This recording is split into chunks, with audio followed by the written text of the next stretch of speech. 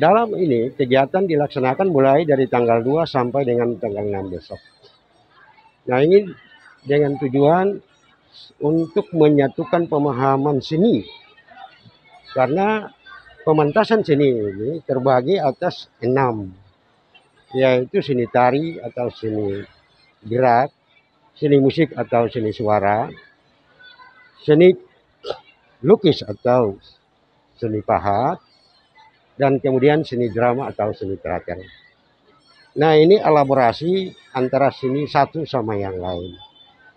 Dari tanggal 2 sampai dengan tanggal 4, puncaknya tanggal 5, ini kita menyatukan semua untuk mementaskan hasil-hasil seni yang berada di sekolah ini. Dan ini tujuan adalah untuk meningkatkan seni dan budaya, agar budaya yang ada di Kabupaten Burung ini tidak akan punah.